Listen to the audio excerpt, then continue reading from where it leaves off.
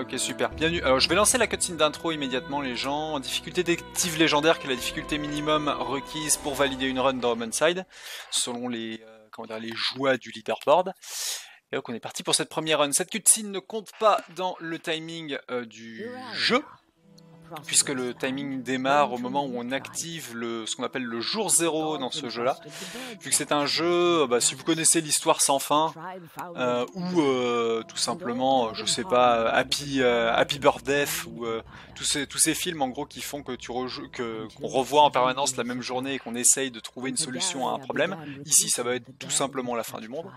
Eh ben, c'est typiquement ce genre de jeu-là. On va jouer pendant, comment dire, on va répéter le même jour encore et encore et encore, pour trouver une solution en fait comment dire, à un meurtre, comme c'est mis dans les textes en fait d'introduction ici dans cette cutscene, d'une prêtresse qui est censée garder, comment dire, sous scellé un mâle ancien, l'avatar du néant Kevoden, qui grosso modo, si jamais il venait à être libéré, en fait, détruirait le monde, parce que c'est une entité beaucoup trop forte, alors que ce monde est en guerre entre l'Empire et la Résistance, etc. Ils ont créé un lore assez sympa autour de Homenside, qu'on pourra un peu détailler rapidement sans aller trop dans le détail, parce que je vais skipper beaucoup de dialogues, et puis en plus une grande partie du fun du jeu, si jamais vous venez à y jouer, vient dans le fait de découvrir un petit peu toutes les différentes timelines qu'on peut explorer, parce que là, évidemment, je vais juste foncer, en plus en faisant des sequence break jusqu'à la fin du jeu.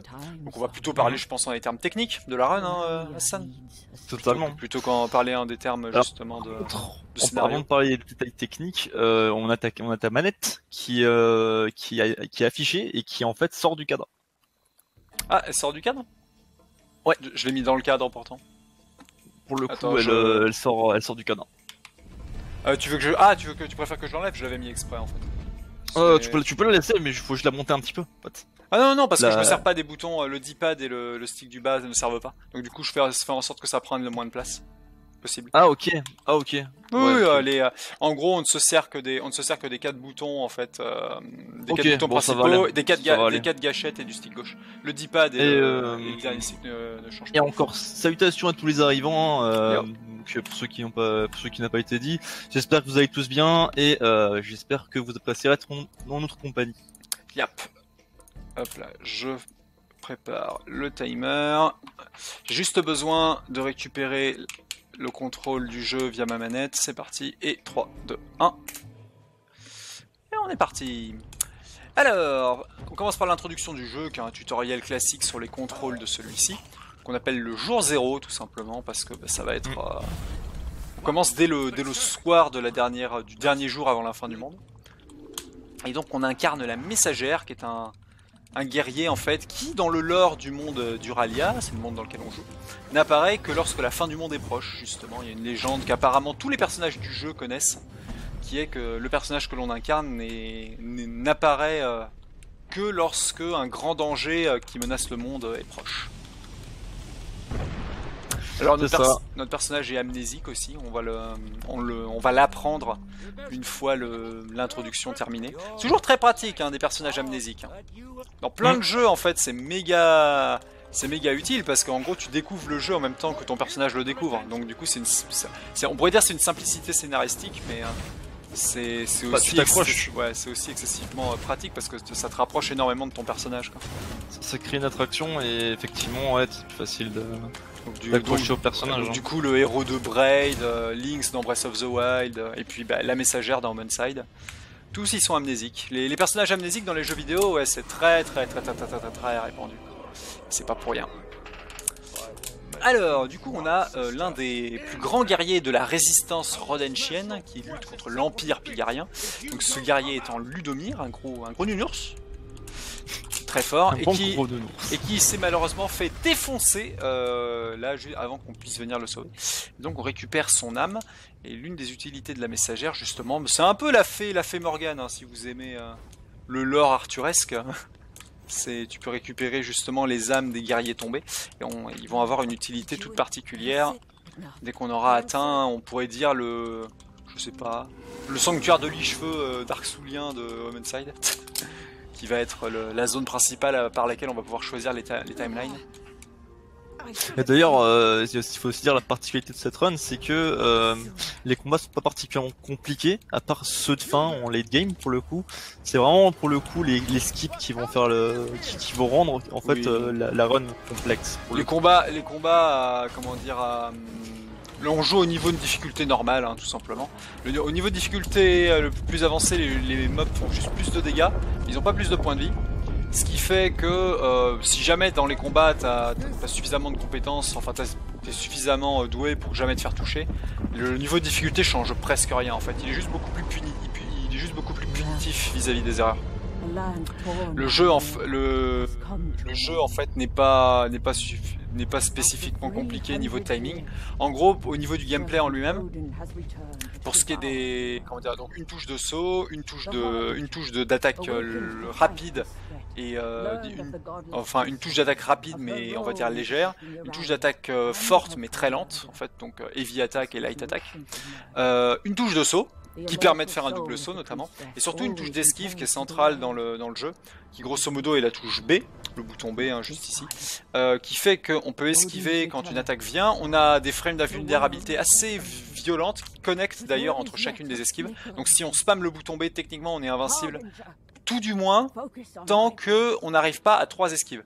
La troisième esquive par contre vous fait retomber au sol assez lourdement en quelque sorte, et dans ce cas là on est très vulnérable. C'est pour ça que dans le jeu on va voir qu'on ne fait jamais la troisième esquive. Au mieux on en fait 2, et si on doit éviter quelque chose en fait après 2 esquives, on ne fait jamais la troisième esquive. Au pire on fait un saut. Il faut aussi dire qu'on est sur un speedrun qui a plusieurs versions, dans le sens où on est obligé de downgrade pour pouvoir faire certaines choses. Ouais. Et donc du coup on se retrouve avec un speedrun sur la version, l'avant-dernière version ou la dernière version? Non, l'antépénultième version. L'avant-avant-dernière du coup. Ouais, et donc puis tout simplement l'ancienne version. Car en fait ils ont tout simplement fixé ce qui permet de faire les jumps, on est d'accord hein, alors en gros il y a plein de... on pourrait en parler longtemps, mais il y a eu gros drama. Ça c'est la version 1.02 de Homicide, donc une version d'unpatché. Faut savoir que ce qui a été découvert en fait et les skips que l'on va voir ont tellement... Il y a, grosso modo, dans le speedrun, il y a plusieurs types de développeurs. Hein. Si vous voyez Homicide et si vous aimez les graphiques et tout justement la patte de dessin en gros du jeu, c'est normal, c'est parce que les gars qui sont les concepteurs d'Homicide se voient plutôt comme des artistes. Ils ont conçu ça sur Unreal Engine, pardon. Unreal Tournament, n'importe quoi. Sur Unreal Engine, et en gros, le jeu a quelques soucis d'optimisation, on va pas se mentir, au niveau des temps de chargement des fois. Genre ça charge vraiment lentement pour, à mon avis, les ressources que ça demande. Mais du coup, ils sont beaucoup plus concernés par la stabilité du jeu plutôt que son aspect, pourrait-on dire, compétitif, parce que après c'est un jeu beaucoup d'exploration et aussi de... Comment dire, où l'histoire est très importante en quelque sorte. Et donc voir le jeu se faire seconds break comme ça, à mon avis ça leur a pas trop plu, parce que quand ils sont passés à la version 1.03 qu'on appelle la panic version en fait, dans la panic version dans le milieu du speedrun de Homicide, cette version a consisté à patcher en fait le principal tricks qu'on va voir qui s'appelle le triple saut. Mais ils l'ont patché sans le mettre dans le patch note, et ça a été à mon avis tellement un panic patch que c'est la version la plus qui fatal crash, mais dans tous les sens. Personne l'utilise parce qu'elle est ultra buggée. Merci pour l'host Bob Studio, Yajiji, c'est super payant, et salutations Général Mass, j'espère que tu es bien. Salut. Ok, il y a Général Mass qui te dit good luck. Merci. Donc là on a vu, normalement dans ces phases là on est censé combattre de façon à ce que Ludomir nous fasse la courte échelle pour grimper sur ses corniches. Mais ici, grâce à ce qu'on a vu en fait en faisant un combo assez précis, qui est le combo Light Attack, Heavy Attack, donc le LHH, comme on l'appelle dans la commune. En gros ça nous fait un combo d'attaque sans utiliser de saut qui nous fait gagner de la hauteur.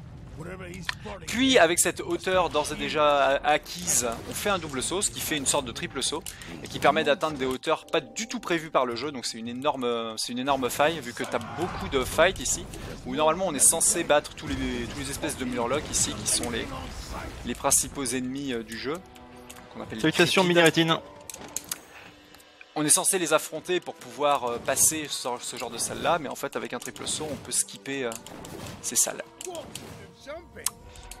On va en refaire un ici qui est un peu plus difficile à gérer parce que la messagère a la mauvaise manie d'automatiquement focus les ennemis. Donc là je vais regarder vers le mur de façon à focus personne, faire mon combo comme on l'a vu et double saut pour agripper la capture. Nice.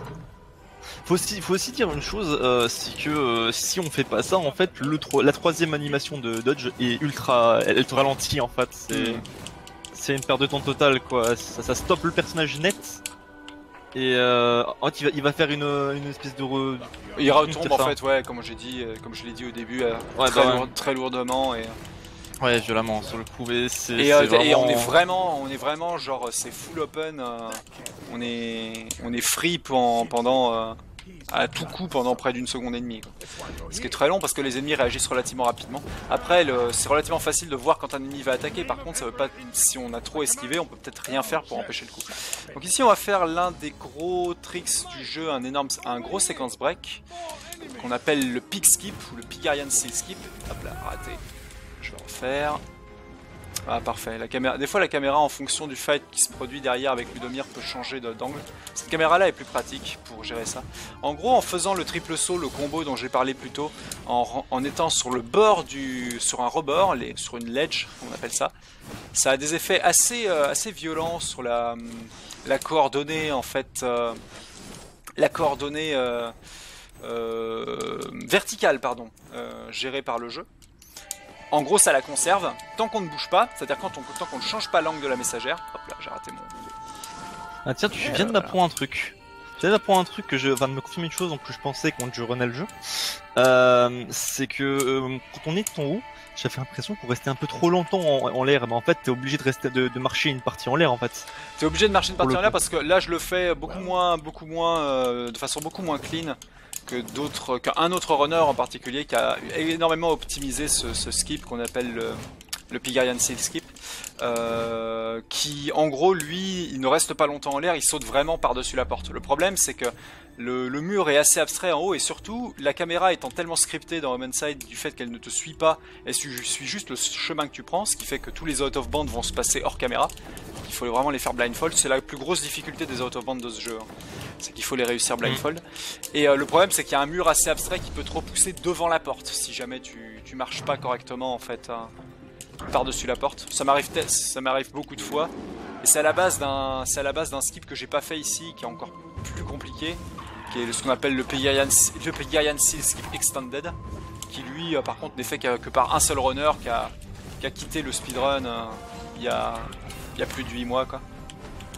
Et qui a eu le record du monde pendant très longtemps, pendant près de 8 mois aussi. Donc un petit fight ici, là par contre que je ne peux pas skipper.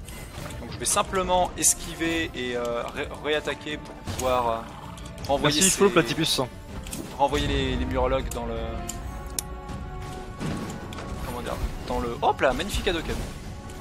Ah bah oui. C'est mauvais de l'avoir raté celui-là parce que j'ai perdu 200 ambres en fait en faisant pas un triple Hadoken sur cet ennemi là. Tu vois là, moi je fais juste un stun et puis j'enchaîne avec les Eevee en fait pour le coup. En fait le truc c'est que en faisant 3 Hadoken sur cet ennemi, sur ce gros requin qui a beaucoup d'HP d'ailleurs, certains combos spécifiques dans le jeu, parce que ça reste un hack and slash hein, en vrai, donnent comment dire des... j'ai oublié de... splitter. Là, voilà. Vous donne comment dire de l'ambre notamment, qui est la monnaie du jeu, tout simplement supplémentaire pour upgrade votre personnage.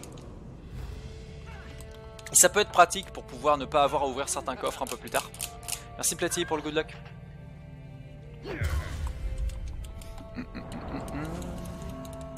Donc on récupère ici, après avoir skippé justement cette porte, on a skippé un autoscroller. On était censé faire une journée supplémentaire avant on va dire dans la route optimale de ce... Optimalement, en glitchless et dans la Definitive Edition de ce jeu, on peut finir le jeu en 8 jours, en 8 loops du même jour. Comme j'ai dit, on va jouer le même jour constamment, on va le voir hein, avec la timeline en haut du prochain écran. Sauf qu'ici, grâce à ce skip de porte, on skip un jour entier qui a un énorme autoscroller d'environ 15 minutes. Donc c'est un gain de temps gigantesque. Cependant, du coup, on n'a pas récupéré le pouvoir qui nous permet d'ouvrir le Pigarian Seal, donc le saut Pigarien, qui est le saut jaune. Et c'est quelque chose qui peut nous bloquer si on ne maîtrise pas certains out of bounds qu'on va voir plus tard dans le jeu. Un en particulier, qui stop net beaucoup de runners, dont d'ailleurs le super modérateur de Domanside, qui a give up sur l'un des skips qu'on verra un peu plus tard. Alors qu'il est très très doué sur la plupart des autres phases du jeu. On va level up un peu, de façon à récupérer le Delay of Doom. D'ailleurs, question intéressante. Quel a été le premier temps qui a été fait sur Domanside? Le premier temps sérieux a été fait par Tricro, c'est-à-dire le sub 2 heures, enfin le 1h54 de Tricro, qui utilisait cette version-là, la version 1.02, avec alors qu'on connaissait que très peu, on avait réussi que très peu de skip au triple saut. En gros, Tricro a commencé à... Tricro, qui est donc le super modo du jeu, qui est un énorme runner de Darkest Dungeon, si vous connaissez le jeu, qui a popularisé énormément le routing de la glitchless, qui optimise beaucoup ses combats à base de jump slash. Je me bats vraiment différemment de lui. Le jump slash est aussi une possibilité si on attaque en fait en plein air. Ça peut être pratique parce que ça a une aire d'effet. Le jump slash en fait tape en zone, alors que les coups normaux tapent, tout du moins les light attack que j'utilise beaucoup, c'est-à-dire les attaques normales, tape un ennemi unique. Et en gros, en optimisant le placement des ennemis, etc., il avait des fights très très propres, pour l'époque hein, évidemment. Et puis dès que les triples sauts ont commencé à skipper beaucoup de choses, et surtout dès que le Pygarian Seal skip et le Prison skip, qu'on verra plus tard, ont commencé à être constants, c'est Moonstaller qui a fini par battre tout le monde, qui lui est un runner de Hollow Knight et qui a encore le record du monde de longévité en tant que... Enfin, qui a encore le record de longévité en tant que World Record Holder sur Domanside. Il est resté avec le même record du monde pendant plus de 8 mois, personne ne pouvait le tester. À l'époque, je runnais que la glitchless et la Definitive Edition, avant de me pointer dans cette catégorie. C'est souvent ça, hein. C'est souvent qu'on commence souvent par le glitchless en fait. Oui, c'est souvent une bonne idée, moi je trouve, dans beaucoup de jeux, de commencer en fait par faire le jeu en y intégrant le moins de choses possible. Ici, il faut quand même le dire qu'on peut tomber dans le vide. Genre, oui, si les ennemis sont mal placés. Tiens, là, ça a failli. J'ai failli pas connecter mon jump slash d'ailleurs. Ah, moi, il y a un truc qui m'énerve dans cette salle, c'est ça t'est arrivé des fois, c'est quand les ennemis tombent par eux-mêmes en fait. Oui, ben quand ils tombent par eux-mêmes, c'est quand Ratika les touche. Là, j'ai fait un truc, c'est que en étant suffisamment rapide sur le début de cette phase-là, alors je suis avec un nouvel allié, donc Ratika, qui est la chef de la résistance. Voilà, il y a la résistance contre l'Empire. Je vais dire la résistance et l'Empire plus simplement. Parce que dire les Pygariens ou les Redonchiens, pour des personnes qui n'ont jamais vu le lore du jeu, c'est compliqué. Donc la chef de la résistance, Ratika, la petite rate ici, qui du coup utilise des boules d'énergie, c'est le mage hein, tout simplement. Le problème c'est que si elle est avec nous dans la salle qu'on a vue avant, elle peut faire tomber les ennemis avec sa boule, mais ça peut plus nous faire perdre du temps qu'autre chose, parce qu'en deux coups je one shot les... Quand vous touchez un ennemi qui a été mis par terre, c'est un one shot à chaque fois en fait dans ce jeu là, sauf pour les boss. Donc l'idéal c'est de bloquer Ratika derrière la grille en étant suffisamment rapide au tout début en fait de cette zone là, en utilisant justement son boost que j'ai utilisé dès le début. On voit en haut à droite, hein, on a le cooldown justement de notre allié qui est souvent très long, c'est souvent un sort très fort. Et sur Ratika c'est un boost de vitesse, d'attaque et de tout en fait, ça fait passer le temps extrêmement rapidement. Il y a une salle que je trouve où justement son boost est super utile, notamment la salle juste avant Indrik, où le boost marche très bien. Pour le coup, parce que tu tues très vite ceux qui ont shield, ou sinon la salle de la prison avant d'affronter Ratika. Ces salles-là, ouais, sont plutôt pratiques à utiliser le boost. Il y a rarement le boost est aussi quelque chose de dangereux parce que bizarrement, en fait, ça accélère toute la mécanique, ça accélère l'intégralité en fait de la physique du jeu, y compris la physique de chute. C'est-à-dire que ça augmente énormément la gravité également, ce qui est un problème hein, dans des phases de plateforme. Ça rend beaucoup de phases de plateforme beaucoup plus compliquées d'être sur boost. Donc quand on est sur boost en général, en fait, c'est pour rester par terre. Donc là on arrive à une salle où c'est vraiment pas compliqué de mourir pour le coup. C'est le premier combat vraiment en fait qui peut être dangereux du jeu. Donc je vais m'occuper des mages en premier parce que s'ils cassent leur sort tous les deux en même temps, ça peut être un... Ah. Ça par contre c'était pas voulu. Je vais utiliser le Hadoken pour mettre comment dire, les gardes à boucliers par terre. Les boucliers peuvent être gênants parce que juste les boucliers ne peuvent pas bloquer les attaques lourdes. Par contre, ils bloquent très facilement les attaques. Ils bloquent très facilement, pardon, les attaques rapides. Alors c'est intéressant de voir comment tu passes cette salle parce que moi ici en fait, à partir du moment où j'ai tué quelques gardes en fait, je me mets directement j'active le pouvoir Attika et je cherche à tuer tous les gardes qui ont le shield d'abord. Je tue toujours les mages en premier. La zone en fait, la zone des deux mages en même temps est beaucoup trop dangereuse. Ouais, c'est vrai que ça fait ouais, c'est vrai. En gros, quand les deux mages sont en vie et qu'ils peuvent caster en même temps, ça fait une zone tellement grande que ça fait perdre du temps parce qu'il faut forcément l'éviter. Je me suis fait beaucoup toucher bêtement là dans ce fight là, j'ai pas fait attention à l'ennemi qui était derrière moi. Du coup je suis allé prendre une petite bombe dans un baril de façon à pouvoir survivre à au moins un coup de Hindrik ici qui va être le premier boss. Non c'est le deuxième boss hein, qu'on fight en glitchless. Et là on a carrément skippé un boss hein, avec le Sopigarian skip, le skip qu'on a fait de la porte tout à l'heure. La Fireball d'Hindrik en fait est de très loin son spell le plus dangereux. Le shield aussi est comment dire peut faire des dégâts si on est trop près au moment où il explose, en l'air tout du moins. Et il a été énormément buffé d'ailleurs en Definitive Edition.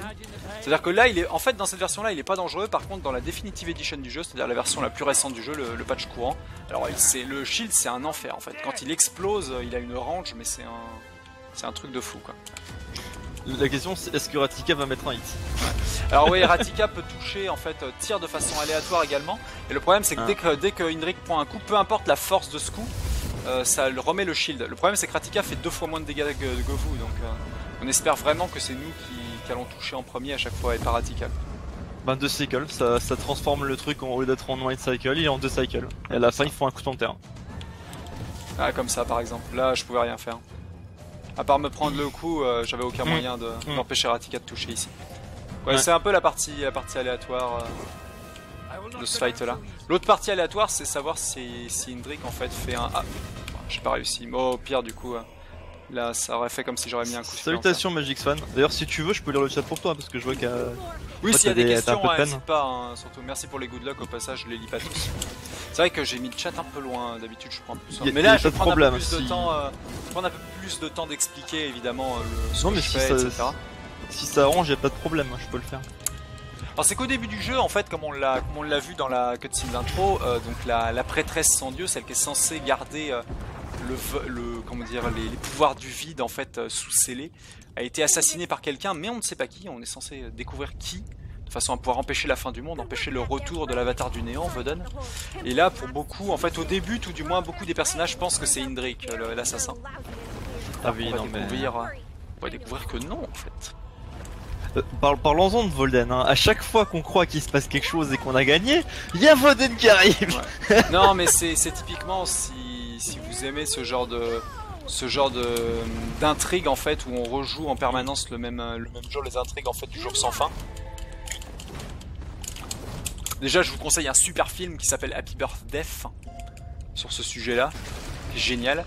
Et sinon bah jouer à Homenside quoi, parce que c'est franchement une super intrigue à faire. Bravely Default également, oui, ouais, bien sûr. Salutations Astia, comment vas-tu? Giga Worker également, qui est sur les voyages dans le temps. Après quand on fait des jeux sur les voyages dans le temps, bon comment dire, au bout d'un moment on peut se poser des questions et tout. Edge of Tomorrow, bah oui, comment avoir oublié Edge of Tomorrow. Edge of Tomorrow d'ailleurs qui est pas une production originale, hein, qui est en fait un film adapté d'un manga qui s'appelle All You Need Is Kill, qui est un manga génial. J'ai failli en fait apprendre un jeu qui se passait dans ce thème là en fait. Tu l'as appris, ça s'appelle Homenside. Non, mais en fait, il y en a un que j'avais voulu apprendre, mais qui se passait aussi dans le voyage dans le temps. C'est Quantum Break. Ah bah oui. Mais je ne pouvais pas jouer parce que je n'ai jamais trouvé pourquoi. Je suis incapable de skipper des cutscenes. Ah bah faut trouver des infos en fait. Hein. Bah, j'ai demandé au Discord à tout le monde, il y a personne qui a su m'aider. Donc voilà, au final. Oui, c'est assez ça, non, commentateur. Pour ceux qui se posent la question dans le chat, ouais, c'est bien lui. C'est marqué dans les overlays, il y a runner, commentateur, run, tout est OP, tout est visible. Bon, on va arriver du coup au jour au jour 3 avec Draga, qui est peut-être le jour le moins intéressant. Le plus dur à optimiser, mais le moins intéressant, parce qu'il n'y a pas de skip, il y a beaucoup de déplacements. Ah bah tiens, bah voilà, on va parler des déplacements du coup. Alors en gros, on peut dans Homenside, on peut marcher, mais de très loin, c'est pas la façon la plus optimisée de se déplacer. En fait, les roulades, donc les esquives, hein, tout simplement, vont un poil plus vite que le simple fait de marcher. Le problème, c'est comme la Cézanne l'a répété précédemment, c'est que là, si on spam les esquives, et ben la troisième roulade, la troisième esquive, en fait, te fait retomber lourdement sur le sol. Elle est très lente en recover, enfin bref, on perd du temps quoi si on fait cette troisième esquive. Donc au début, ce qu'on faisait, c'est on faisait 2 roulades, quelques petits pas, 2 roulades, quelques petits pas, 2 roulades, quelques petits pas, et ça faisait aller plus vite. Mais on a trouvé un moyen de cancel la troisième roulade par un saut, de cancel le saut évidemment par un jump slash, ce qui fait retomber au sol plus vite, et de cancel le jump slash, la retombée sur le jump slash peut se faire cancel par une roulade. Donc en gros, la technique de déplacement la plus opti, c'est roulade, roulade, roulade, jump, attaque, roulade, roulade, roulade, jump, attaque, roulade, roulade, roulade, c'est ce que je fais depuis le début en fait. Ce qu'on appelle le jump slash cancel, qui est la façon la plus... ça fait ce mouvement assez bizarre en fait de la messagère, qui est la façon la plus optimisée de se déplacer. Et puis il y a aussi un truc qu'il faut dire, c'est que donc le problème aussi c'est qu'il y a des moments où on va devoir le faire quand on est en fight. Et donc on se dit bon bah alors dans ces cas-là on peut faire un light plus heavy genre facilement dans le sens en plein combat, mais non car le système va target l'ennemi le plus automatiquement. C'est pour ça que quand vous voyez la messagère en fait marcher à reculons, c'est parce qu'elle regarde un ennemi mais qu'en même temps je fais arrière. Mais le target n'est pas maîtrisé dans le jeu, c'est un gros souci parce que du coup les combats sont très fluides grâce à ça, et ça c'est génial parce que t'as une sensation vraiment géniale quand tu te bats dans Homenside de fluidité, de taper en fait, de passer d'un ennemi à l'autre en fait tellement vite que c'est franchement cool. Le vrai problème c'est que le target en fait étant automatique, si tu ne veux target personne et fuir et pas te battre, ce que le jeu n'a pas du tout prévu. Alors là par contre c'est très compliqué parce que en gros de base la messagère va regarder un ennemi quoi. Donc du coup on est avec Draga, la générale de l'armée de l'Empire. Et ma préférée hein, qui a qui est la waifu du jeu quoi. D'ailleurs ça a un nom ça, les personnages qui sont animalisés. Je sais que ça a un nom mais j'oublie à chaque fois. Ouais mon pareil sur le coup. Je sais qu'il y a Fury, mais à part ça, ça me dit rien pour ça. Hop, alors je vais utiliser mon... Hop là, mince non, j'ai raté. Je voulais utiliser mon grab, mais parce que je vais en avoir besoin pour plus tard. Je crois que Fury c'est la connotation négative, donc... Voilà. J'ai pris quelques dégâts que j'aurais pas voulu ici. Donc le pouvoir de Draga qui s'appelle le feu de Pigaria, qui est en grosso modo une énorme AOE qui fait des dégâts monstrueux autour d'elle. Très pratique contre les ennemis les plus faibles, notamment pour les one-shots. On va le voir en particulier dans le dernier combat de cette zone là. Très important à optimiser parce que ça a quand même un gros cooldown. Alors on a Erimet Fury c'est la run d'après, ouais non. C'est Fury avec un Y hein, Bien vu, bien vu, bien vu. Et ouais, qu'est-ce que je disais? Ouais, alors cette qui est pas la meilleure des attaques en fait, celle de Draga. De très loin, le meilleur allié, enfin celui qui a le pouvoir le plus pété, c'est Ludomir. Parce que son onde de choc qui récupère tous les ennemis à 10 km et le fait est que ça a quasiment pas de cooldown. T'as gagné 10 millions en pièces d'or en chocolat. Voilà.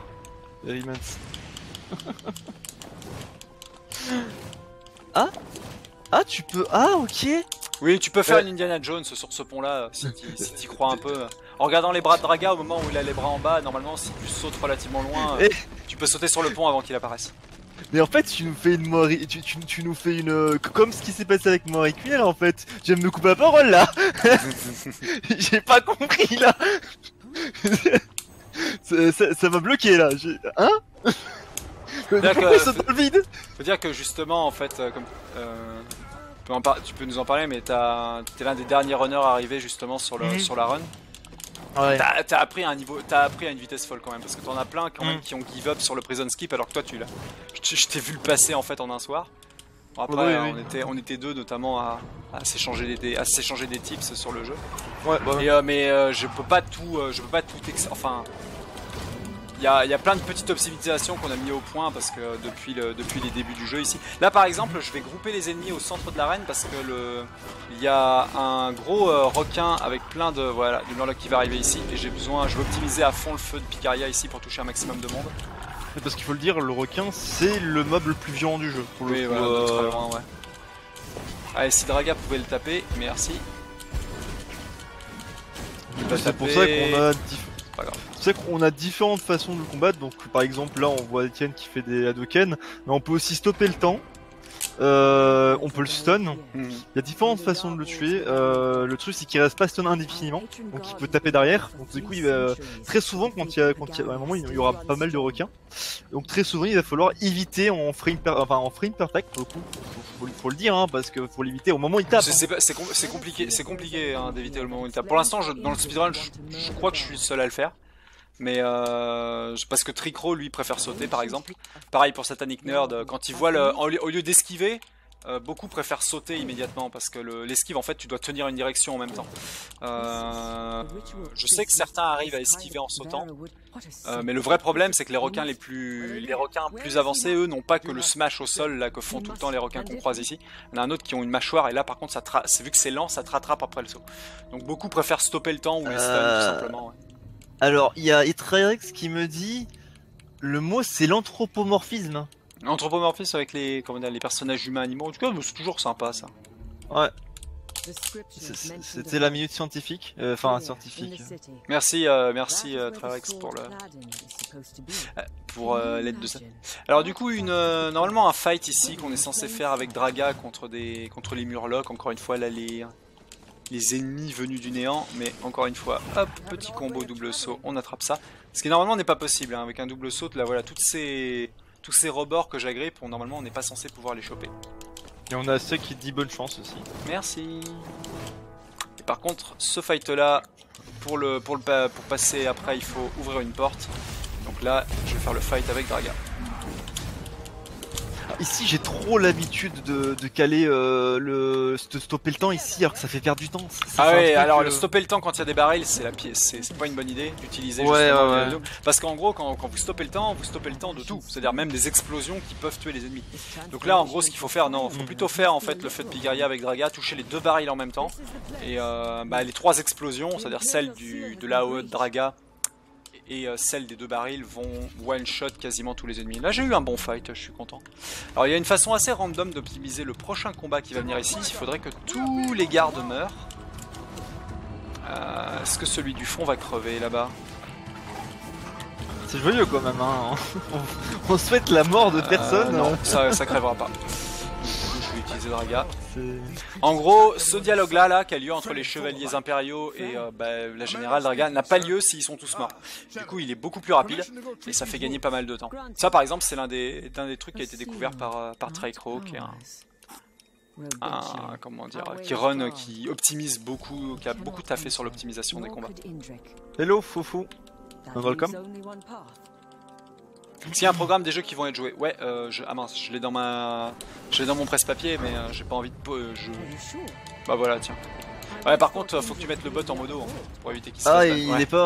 Il l'est pas, tu peux le faire, espère.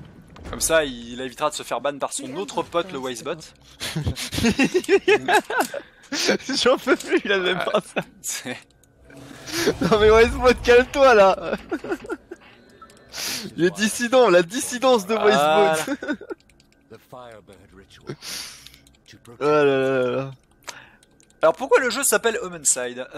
Parce que en gros le pouvoir le plus puissant de la messagère, c'est le pouvoir dit de l'Homenside. Donc un pouvoir de vision qui lui permet de voir ce qui s'est passé dans le passé ce qui s'est passé dans le passé MDR, justement en étant en fait aux bons endroits, en ayant des visions un peu comme Phoebe dans Charmed, si vous connaissez. Du coup, bam, voilà, on voit qui a assassiné Vera, donc la prêtresse. En fait, c'était Ratika qui a utilisé la Master Sword, voilà, qui a utilisé la Master Sword du monde de Homenside pour tuer Vera. Alors on ne sait pas pourquoi, mais maintenant on sait qui a fait ça. Hello Karen, how are you man? Karen, the person dans le chat qui était présent lors de la run d'Homenside à l'ESA. Nice. Que je salue un petit peu en anglais. Sorry about that, but this will be a French marathon. You're welcome. Et donc du coup, nous allons passer au jour qui tue à peu près aux 80% des runs. Donc les premiers skips et les premiers triple sauts sont des skips en gros de jour. En gros, enfin sont des skips justement où on skip genre quelques fights. Mais là on va être bloqué, mais littéralement bloqué. C'est-à-dire qu'à cause du skip qu'on a fait de la porte un peu plus tôt là, et du fait qu'on n'a pas le saut pigarien, qu'on ne peut pas ouvrir les portes bloquées par un saut jaune, on est littéralement softlock ici si on ne sait pas faire le prochain Out of Bounds. Donc je vais tenter la double XP. Ça passe? Ouais, ça passe ici. Est-ce qu'on en parle qu'on n'est pas aidé par le jeu non plus, même quand on connaît les skips? Est-ce qu'on en parle de ce fameux monde des... attends, comment on dit quand on target quelque chose? On dit qu'on fait un lock, non? Ouais, est-ce qu'on en parle des softlocks du jeu? Mais là, il y en a plein que je vais pas. Il y a un moyen il y a une route que j'ai taffé pour les marathons maintenant, qui est no softlock. Du coup, je me restreins à ne pas faire certains skips qui sont très violents qu'on verra plus tard, qui risquent de softlock le jeu pour des raisons malheureusement, comment dire. C'est pas constant en fait, ça dépend énormément de la façon dont se comporte l'allié quand on le laisse très loin derrière nous. Parce que le problème des gros skips en gros dans le jeu, c'est que vous avez remarqué qu'au début de chaque jour, en fait, quand on roule le jour, on le joue avec un allié. Donc t'as beaucoup quand même du gameplay qui se passe en coopération avec ton mate, et notamment avec le gameplay de son cooldown, etc. Le problème c'est que le mate en fait est géré par l'IA, et que quand tu fais des skips, bah, tu laisses l'IA très loin derrière toi, et des fois le jeu il déteste ça, et il va softlock comme un gros sale. Donc on peut, le truc c'est qu'il n'y a pas beaucoup de jeux où quand on fait un skip juste après on se mange un softlock. C'est-à-dire qu'on fait le skip, on le réussit et quelques secondes plus tard au moment où on doit ouvrir une porte elle s'ouvre pas. Ouais, on peut plus avancer parce que l'allié est censé l'ouvrir avec nous mais il a pas pu nous suivre quoi. Donc encore une fois je vais skipper un dialogue ici en faisant le combo en agrippant la porte. Je vais peut-être expliquer comme ouais, ça. Juste là, je vais te laisser expliquer parce que je vais essayer quand même de le réussir du premier coup. Donc là, il va faire en fait un skip, il s'appelle le prison skip, qui fait partie des skips les plus compliqués, parce que non seulement on doit le passer 2 fois, mais en plus on ne verra absolument plus, de nouveau plus le personnage. Donc on est en blind, hein, et on est blind pendant un bon moment pour le coup. On doit faire 13 sauts. Et au 13e saut, on va devoir sauter et double sauter 2 fois, et incliner à un angle précis, pour ensuite arriver sur une espèce de plateforme. Et à partir de là, il faudra en fait s'incliner vers la gauche, en avançant petit à petit en avant, jusqu'en fait arriver à une espèce d'angle de caméra précis. Donc comme on peut le voir là, il a un angle de caméra très précis en fait du coup. Et en fait, on va avancer, et on va arriver jusqu'à la chaîne. Alors, si on n'a pas de chance, on reste bloqué à la chaîne. Et donc, dans ces cas-là, c'est qu'on a, eu un mauvais placement. Donc, du coup, il faut se repositionner en sautant, soit dans l'angle gauche. Il y a des techniques, mais moi, je saute plutôt côté gauche, en inclinant l'angle à gauche, l'angle du stick. Okay, et en fait, du coup, on peut se replacer. Mais c'est jamais bien de se replacer. C'est toujours mieux quand ça passe du premier coup. Et voilà, et du coup, là, on va juste arriver, et puis... Derrière ici. Tu m'as coupé la parole, bordel! Désolé, c'est vrai que ça allait vite, là, pour le coup. En fait, j'ai pas réussi Alors, pour expliquer vite fait, donc quand on arrive au top, on arrive dans un angle de caméra, il a reculé un petit peu, pour avoir un angle précis, et ensuite, il suffisait juste d'appuyer et de spammer, mâcher la touche tout en avançant. Et puis, on sort, justement, où on a vu... Voilà derrière, mais on l'a vu un petit peu là, la porte qui est bloquée par le saut qui est bloquée par le saut pigarien. Ah, je suis trop près. J'ai raté mon... Ah, il va pas crever. J'ai raté, là c'est typiquement un triple saut raté. Parce qu'en gros, là, on l'a vu, la messagère s'est retournée vers l'ennemi qui était un peu trop près. Donc ça fait perdre un peu de temps, mais c'est pas grave.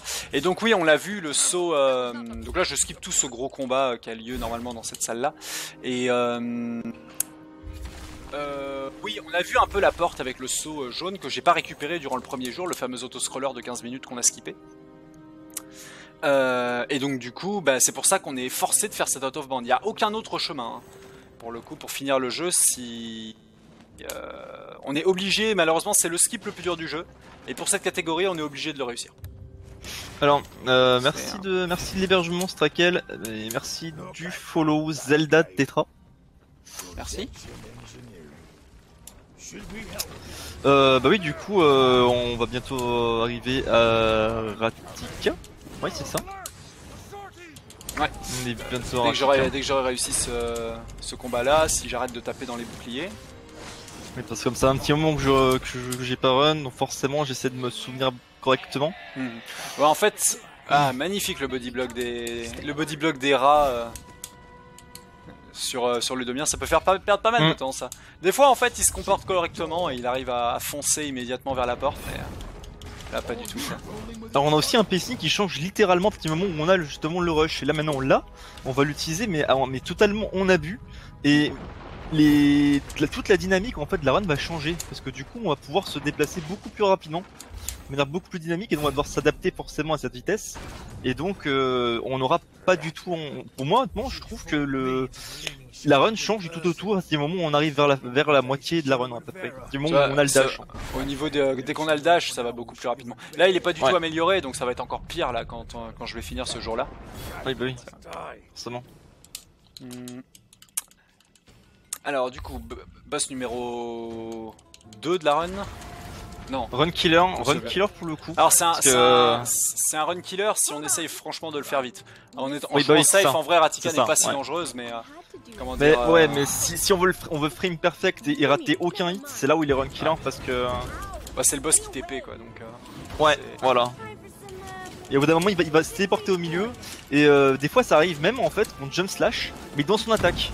Ok, j'ai Ratika lock, nice. Ah oui, lol. Ça arrive parfois quand elle prend les deux coups en même temps, celui de Ludomir et le mien en fait. Non, c'était à droite. Ok, pas si mal. En gros, le vrai problème de ce boss là, c'est qu'il n'y a pas de iframe sur la messagère. C'est-à-dire, il n'y a aucune frame d'invulnérabilité. On peut prendre 3 coups, c'est à la Dark Soul, hein. Tu peux prendre 3 coups en même temps, ça fera il n'y a pas de damage reduce, hein. Tu prendras tout en même temps. Et vu que tous les coups, en fait, des fois Ratika lance une dizaine de projectiles venant d'elle, si jamais on tape trop tard, c'est-à-dire on est devant elle et le coup part pas et son coup part en premier, on peut littéralement prendre un one shot, c'est-à-dire prendre tous les coups en même temps et boum, et c'est fini quoi. J'ai oublié d'ouvrir un coffre dans la prison, je vais ouvrir celui-là du coup. Alors on a Satanic Nerd qui te dit bonne chance. Hey Satanic Nerd, how are you man? Satanic Nerd qui a qui a fait un taf de fou sur Homenside. Il a trouvé plein de, comment dire, il a fait trouvé plein d'outils sur le jeu. Il a trouvé des trucs absolument aberrants, genre des coffres qui sont out of bounds ou des choses comme ça quoi. J'ai oublié le coffre, magnifique. Et c'est l'un des principaux runners de l'Eni%. Il est sous les 1h30 d'ailleurs. Ce qui est relativement rare, on est que 3 je crois, sous 1h30 en Eni%. Alors, encore une fois, on n'est pas censé pouvoir atteindre ces... ici, c'est... Ah bah parfait, le dernier s'est rendu. Ça arrive aussi que les ennemis puissent se rendre s'ils sont en trop grosse infériorité numérique. Ça arrive aussi que tu utilises les 2G, ça les tue tous, et ça arrive que tu utilises 1G et ça suffit. Oui, genre des aussi fois, ça dépend franchement du placement des ennemis en fait. Hein. Il y a pas mal de RNG vis-à-vis de la façon dont les ennemis se comportent. Donc encore une fois, on peut skipper de nombreux combats ici, enfin 2, surtout contre tous les ennemis là dorés qui sont très dangereux parce qu'ils ont beaucoup de points de vie, ils font des combos de fou. Donc normalement on est censé descendre ou activer justement le feu ici, mais il y a un moyen bien plus violent de skipper tout ça. Encore une fois avec un storage. Ici. Ah, c'est bon, j'ai agrippé le rebord. Qu'on appelle le monkey skip, tout simplement parce qu'on utilise une statue de singe pour... réussir à arriver ici, faire attention à bien passer sur ce rebord, et voilà.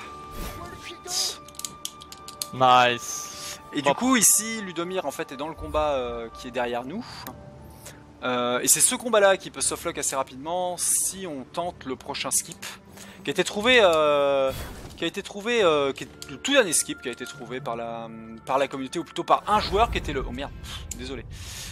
Oh, et ça va me foutre dans le alors dans la merde ça, parce que le... C'est gaffe à utiliser ton skill, hein, faut pas te retrouver avec le message pour le coup. Hop, Oui, non, non, mais je le fais pas de toute façon. Je vais pas risquer un Ludomir softlock hein, ici, clairement. Ah bah oui, forcément. Normalement ici on a un truc qui s'appelle le case skip mais qui peut softlock Ludomir. Donc on va pas le faire. Parce que ça fait perdre 5 minutes flat, hein, donc en marathon c'est pas très safe. Ah ouais, c'est vrai, donc, ouais, on va simplement en fait activer la cutscene ici en faisant en activant justement ce détonateur. Ça va activer comment dire, ça va activer le checkpoint ici, et du coup, maintenant, grâce à ça, on va pouvoir avoir Ludomir avec nous, première chose. Ça va re-trigger la cutscene. Du coup, ça va te permettre de te rendre compte à quel point, en gros, ce skip-là, ça sauve du temps. Parce que recharger, c'est ce qu'on fait 2 fois dans la run, du coup. On le fait aussi plus tard avec Ratika. Ouais, mais sur Ratika, ça peut pas softlock, donc on pourra montrer le case skip, qui est exactement le même hein, ici, mais l'heure du jour avec Ratika.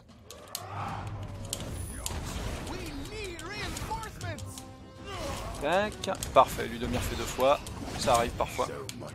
Là il a été très gentil Ludomir, parce que là il a carrément fait sa zone en fait intentionnellement. Donc là ça peut pas softlock, parce que Ludomir, en fait c'est sur cette porte là qu'on peut softlock très facilement si jamais on fait ce qu'on appelle le case skip, qui est le fait d'attraper la corniche qu'on a vu sur la droite immédiatement en fait. Hein. C'est-à-dire avec un setup qu'on va voir là lors du prochain tour. Je suis à combien? 5300. Yeah, as Treyarch said, it was pretty decent. Skips were pretty decent on that run. Just like the ones Raticana Indrik used. No one's been able to do that for centuries. And she only taught one person the way to unlock. Yeah, the pace is actually pretty good. La pace est plutôt pas mal hein, en ce moment. C'est plutôt bien passé, il y a eu un skip qui s'est à peu près mal passé. Je joue safe aussi dans la plupart des combats, on va prendre ce coffre-ci aussi pour avoir des extensions de vie contre Voden. Parce que j'ai pas l'intention d'y laisser des plumes contre le collègue Voden. Ah oui, je l'ai mangé en plein dans la tronche. Ouais, les pics ont une hitbox assez violente, et en plus surtout ils ont un effet assez vénère sur l'écran, c'est-à-dire ça fait comme si t'étais bourré en fait, ça fait un écran bourré. Alors, je bois un peu parce que il fait chaud en fait en vrai ici. Surtout que c'est vrai ce qu'il dit dans un sens assez énorme, parce que c'est intéressant ce qu'il dit, parce que effectivement le deuxième present skip il a tendance à être plus dur que le premier. On va donner l'illusion d'être plus dur que le premier. Justement on le fait en fin de run en fait, donc on a tout le stress, toute tout ce qu'on a accumulé qui vient, et on doit faire le skip. Et c'est pas complètement faux. Fais attention à TMP Discord apparemment. Oui, je vais regarder. Ouais. C'est pas complètement faux en plus, parce qu'il y a certains miasmes, on l'a vu, hein, le Voden, là, le serpent, le voilà, tiens. L'avatar du néant Voden, qui parle comme Sauron du Mordor. En gros, fait pop du miasme un peu partout, et dans la prison, il y en a pas mal quand on va faire le second prison skip. Et certains peuvent bloquer, peuvent changer en fait la dynamique de certains sauts. Notamment du premier en fait, que du premier, je pense. Next time, I will act swifter. You are safe now at least. Alors, j'ai pas assez malheureusement pour l'extension de vie. L'idéal en fait ce serait de me retrouver à... Donc là j'ai amélioré, alors là dans les upgrades, on peut choisir également d'utiliser l'ambre qu'on récupère dans plein de... Comment dire, dans les pots contre les ennemis, en faisant des combos dans les coffres, etc. Pour upgrade... je vais éternuer, attention. Putain, c'est chiant quand ça ne veut pas sortir. Pour upgrade notamment le dash, pour upgrade votre vie, pour upgrade vos dégâts, etc. Donc toute une dimension RPG hein, en plus des systèmes de level up. On va pas level up plus hein, maintenant.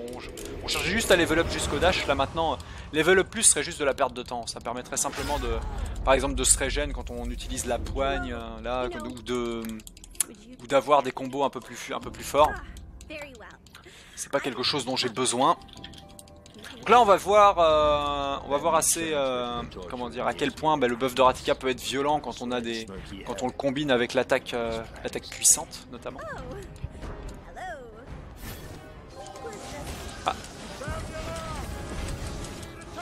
C'était pas aussi violent que je l'espérais. Ouais, c'est ici où je trouve vraiment bien pour le coup Ratika. Ici tu peux tellement clean facilement. En fait, tous les ennemis font ce... Avec le buff de Ratika et l'attaque forte, l'attaque puissante, en fait, tous les ennemis peuvent se faire stunlock très très facilement.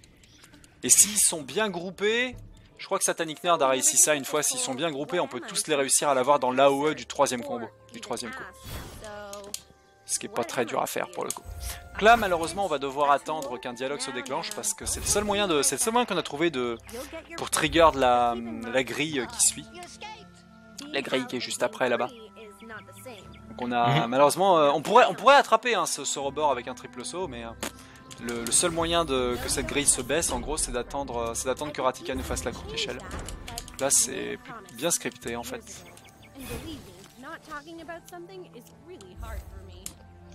Hop.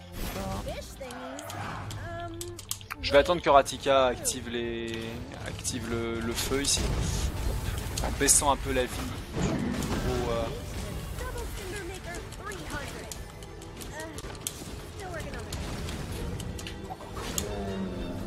Voilà. En baissant un peu la vie du gros requin parce que des fois il peut ne pas mourir sur le feu. Des fois je l'active par moi-même en pensant que c'est plus rapide, mais en fait ça dépend tellement de plein de choses que en fait j'arrive même pas à savoir lequel des deux est le plus rapide. Entre le fait de monter sur la corniche ici pour activer le feu moi-même, ou le fait de laisser Ratika le faire comme je viens de le faire. On va refaire exactement le même routine que tout à l'heure pour éviter tous les combats qu'il y a sur ce petit pont ici.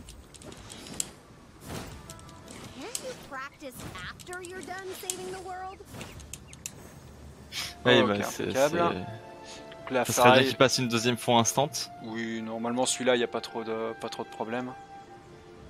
C'est juste une question de... Faut juste prendre son temps, essayer de pas, là comme je fais, de pas y aller trop vite. De façon à être sûr d'à peu près de l'endroit où on est. En comptant un petit peu et en voyant à peu près... Le mieux en fait, vu qu'on a que la caméra, l'emplacement de la caméra pour se repérer, c'est de regarder les bords du... jeu. C'est pour ça que je joue le jeu en mode fenêtré, je le joue jamais en plein écran, de façon à toujours voir où se situe le bord de mon... Ah bah oui, le bord de ma non, fenêtre, et pour m'y repérer en fait. C'est un petit tips comme ça qui peut être pratique. Plein écran, c'est pas ouf. Hein. Alors du coup, nouvelle phase ici. Donc là, on va faire le skip qu'on a zappé lors du jour précédent, qu'on aurait pu faire. Qui est ici. Normalement, on est censé attendre Ratika, la recharger et tout. Mais là, celui-là n'a aucune chance de softlock. En tout cas, ça m'est strictement jamais arrivé. Donc du coup, on va pouvoir utiliser ce rebord pour agripper cette corniche. Et du coup, arriver à ce... Hop là, come on. Arrivé à cette porte là, Ratika va l'ouvrir et on a skippé toute une grosse cutscene là qui était censée y avoir lieu entre Ratika et des traîtres qui ont voué leur vie au culte de Vodun, parce que c'est ça qui s'est passé en fait. Et là on va avoir la réponse de ce pourquoi Ratika a tenté d'assassiner la prêtresse sans dieu, c'est-à-dire a tenté d'assassiner Vera. C'est parce qu'en fait elle voulait stopper le culte fait à l'avatar du néant. C'est pour ça. Là on va s'en rendre compte. J'ai un peu spoilé là le prochain No Man's Sky. Vu que oui, le jour précédent on le fait pour récupérer en fait le savoir permettant de gérer ce saut là, le saut violet simplement. C'est pour ça que le jour qu'on fait après, c'est le saut pour pouvoir ouvrir justement cette porte là. Bon, c'était un bon segment, un bon segment avec Ratika. On est wow, on a 10 minutes d'avance environ sur l'estimate encore là, donc ça va. On est clean. Propre. Après tout peut foirer sur un softlock, sur un... Oui, sur sur le prison skip qui se passe mal parce qu'il va falloir le refaire. Ou tout simplement sur Vodun qui est le dernier boss du jeu et qui est le boss le plus dangereux de la run. Enfin, le boss le plus dangereux de la run. Tout du moins dans cette catégorie-là, c'est un boss très dangereux. Mais par exemple, Indrik peut être dangereux à bien des égards en termes de perte de temps à cause de Ratika. Vodun est dangereux parce qu'on peut mourir en fait.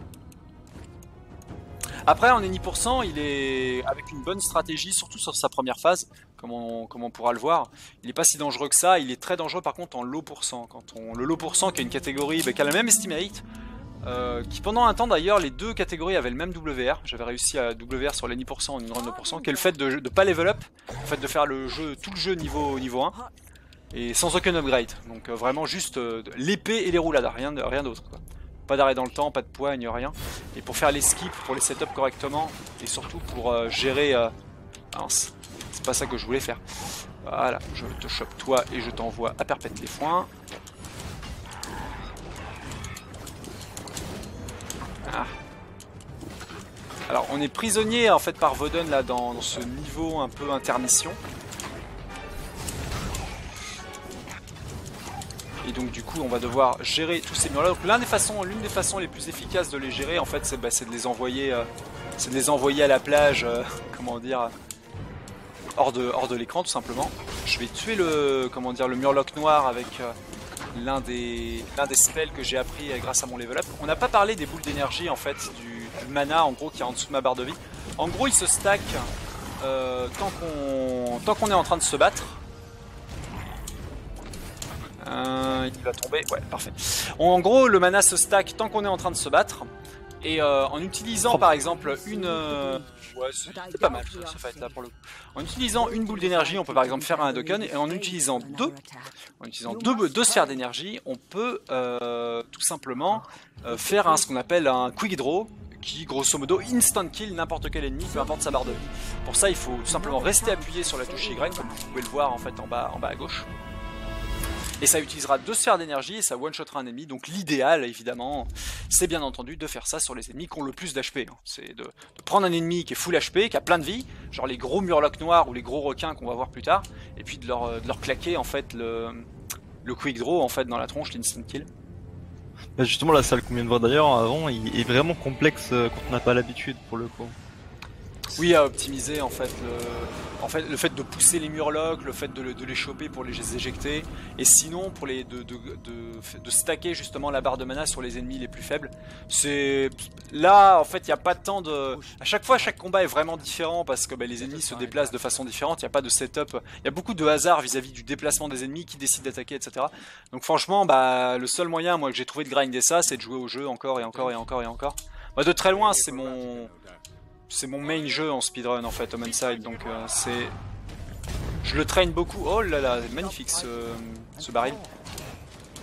Mais du fait que c'est un jeu où je pense franchement que c'est peut-être le jeu que j'ai le plus grindé, c'est peut-être le speedrun que j'ai le plus grindé depuis que je fais du speedrun. Donc j'en suis à un point où j'arrive plus à être, j'ai du mal à être efficace en stream, donc je traîne beaucoup offline quoi. Et encore le WR de cette catégorie, je l'ai eu, enfin je l'ai opti il y a pas si longtemps en stream, mais quand je revois le stream, c'est genre je parlais pas en fait. Genre je parlais jamais quoi. Oui bah oui, non t'es pas focus. Là pareil, j'ai pris 2 coups genre qui n'existent pas normalement. Alors là, très important dans ces combats là, les invocateurs, donc les sorciers, qui peuvent invoquer des ennemis du néant, les vils et vénaux. Ah, il y a un truc dont j'ai pas parlé d'ailleurs à propos de la barre d'énergie, c'est qu'elle se fait, comment dire, on perd énormément d'énergie à se faire toucher. Oui. Donc se faire toucher, non seulement ça retire de la vie, mais ça fait perdre énormément de temps, parce que là, on a vu, genre, ma barre de mana, tout d'un coup, en fait, elle a sauté, mais comme jamais. Pour une raison simple, c'est parce que en gros je me suis fait toucher. Se faire toucher dans ce jeu c'est très mauvais parce que ça casse le combo qui peut donner de l'ambre, c'est-à-dire de quoi acheter les upgrades dans le jeu. Ça perd de la barre de mana, donc ça perd du temps. Enfin franchement s'il y a un truc pour être le premier truc à essayer de faire pour gagner du temps dans Homicide, c'est tout con, hein. C'est juste pas essayez pas de taper vite, essayez juste de pas vous faire toucher. Vous allez voir la durée de vos combats va drastiquement descendre. Totalement. Pour le coup, j'en suis la preuve. Hein. C'est le moment où j'ai commencé à faire exactement ça, mes combats sont beaucoup mieux passés.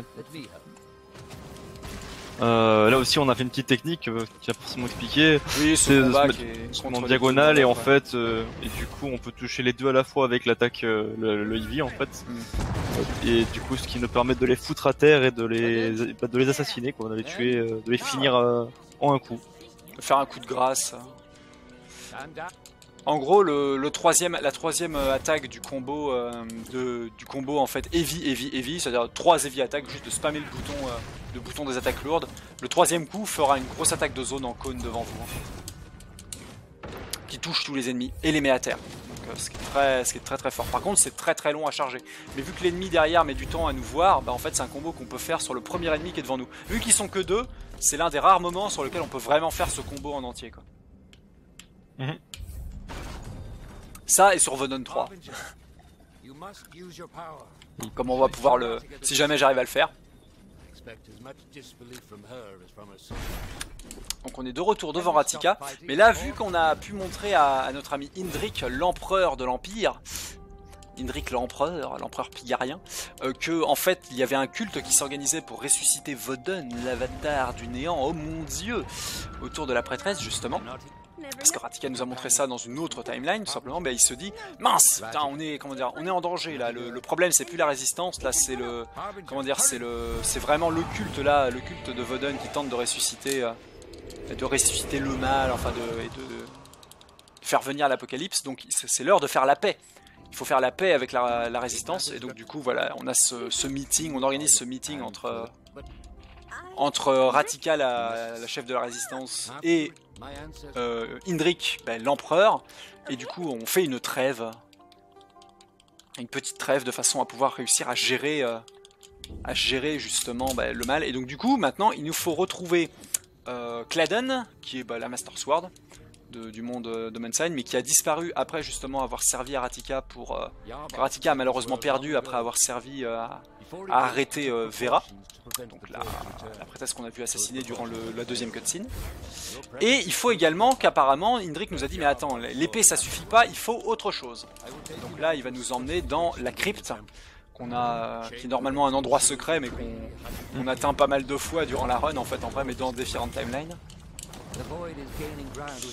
Et le problème c'est que vu qu'on est dans une timeline dans laquelle on a commencé la journée avec Indrik, et bien une autre personne, les autres personnages du jeu, notamment Ludomir, l'un des soldats de la résistance, pense toujours que c'est Indrik qui a assassiné Vera.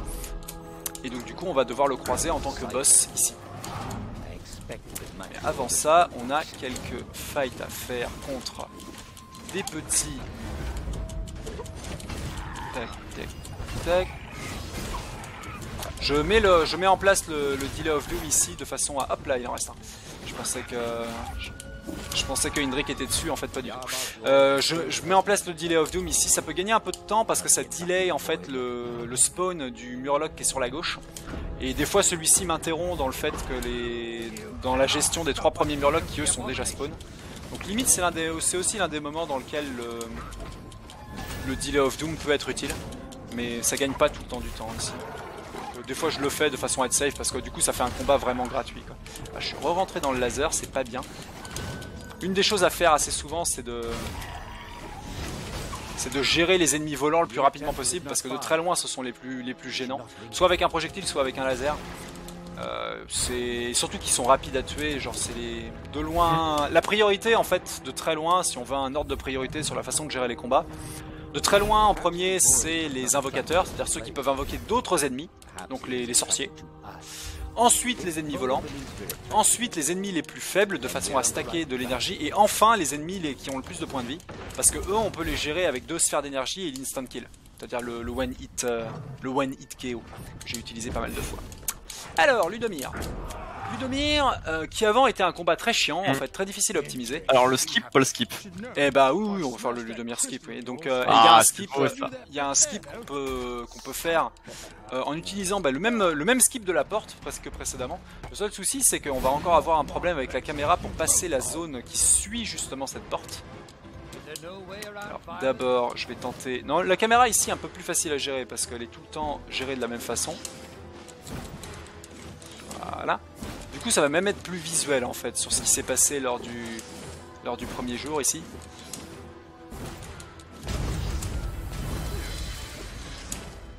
Voilà. Du coup je vais juste avancer encore un peu pour être sûr. Hop, avec 2 petites heavy attaques de façon à juste gagner de la distance. Faut pas bouger, hein. Si on bouge l'angle en fait ça reset le calcul. Le jeu va reset le calcul de la hauteur de votre perso. Et ça peut finir en drame. J'aime bien beaucoup ma façon de présenter et commenter, merci. J'essaye d'aller vite en fait parce qu'il y a beaucoup de choses à dire sur ce jeu et il suffit pas d'1h30 en gros pour tout dire, Ouais. entre le lore, le gameplay, tous les skips, etc. Il y a même plein de trucs qui se passent à l'écran que j'explique pas trop. Donc j'essaie de parler un peu vite, j'espère pas trop vite pour que ce soit compréhensible. Et donc là, je suis obligé de faire dessus, donc, le saut qu'on a vu. Oh, Ouais, c'est beau. parfait. Les sauts qu'on a vus en fait lors du premier jour, mais en out of bounds. Ouais, ceux-là sont. Ce skip-là en fait est très punitif si on le rate aussi, parce qu'on est obligé de se retaper le dialogue entre Indrik et Ludomir. Du coup, si je l'avais raté, j'aurais combattu Ludomir à la mano, je pense. Je l'aurais pas retenté derrière. Tu nous vends du rêve, dis donc. Ouais. Celui-ci, je commence à. Celui-ci avec du Derust, je le rate assez rarement. Non, le vrai problème, c'est le prison skip qui peut rater plein de fois. Celui-ci commence à être assez constant. Et ouais, donc du coup, maintenant, on va se taper la barre de vie de. La barre de vie de Ludomir jusqu'à la fin de cette run. Elle se fait jamais reset parce que en fait le jeu va considérer qu'on est en fight contre Ludomir pendant tout le reste de la run. Ce qui est assez cocasse. Là j'attends simplement, je joue safe, j'attends simplement que les Murlocs passent les Murlocs passent simplement le chemin ici pour pouvoir. Alors, je vais commencer par ce requin à droite, il a moins de points de vie. Faut juste décompiler en fait la salle, cette salle en fait il faut arriver à la décompiler et puis à placer des priorités en fait. Hop là, il y en avait un qui était encore en vie, je savais pas. Parce que sinon on se retrouve à se faire taper de partout et c'est la mort quoi. Ah ouais, si tu sautes immédiatement au milieu de tous les ennemis, là c'est... en fait, t'as jamais un instant pour taper, t'es toujours obligé d'esquiver. Et alors, le seul runner qui arrive, qui YOLO ça en fait vraiment en sautant dans le tas, c'est Tricro. Parce que comme j'ai dit précédemment, il se bat différemment de moi, lui il utilise le jump slash. Et avec le jump slash, tu tapes en zone. T'es pas comme moi à taper chaque ennemi indépendamment les uns après les autres. Mais le fait de taper les ennemis, l'avantage que j'ai moi de faire les ennemis les uns après les autres avec les light attacks, c'est que je stack beaucoup plus vite ma mana.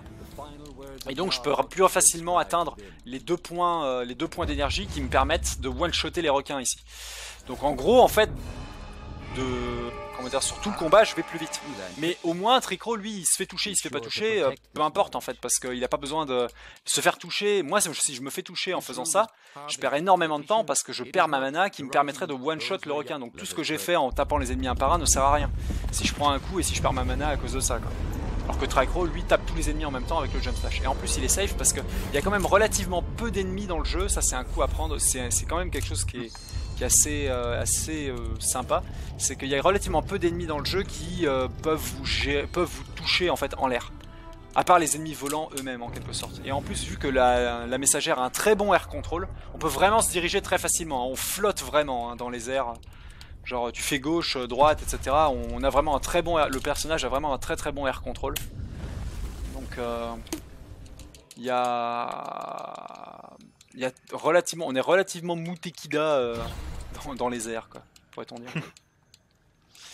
Je vais prendre, vu que c'est le dernier jour, j'ai pas assez. Ah, il me manquait 100 quoi. J'aurais dû faire gaffe. Pour avoir une extension de vie supplémentaire ici pour le dernier jour du jeu avec Ludomir. Et qui sera aussi le jour sur lequel on va pouvoir atteindre l'épée Claden. Et en fait, la façon d'accéder au monde distorsion dans lequel est emprisonné Vodun, eh bien, c'est d'avoir justement l'épée Claden avec le sceau qu'on a récupéré, que nous a donné Indrik là dans la cutscene précédente. Il nous a donné le sceau de Claden qui va nous permettre d'atteindre le monde distorsion dans lequel se trouve Vodun et de le battre de façon à l'empêcher de venir ici dans notre dimension. Je tiens quand même à m'excuser si on commande pas beaucoup, hein. C'est juste que on a des trucs en off là. Donc oui, bien sûr. Donc du coup j'essaie de régler ça rapidement à côté aussi. Ouais, t'inquiète.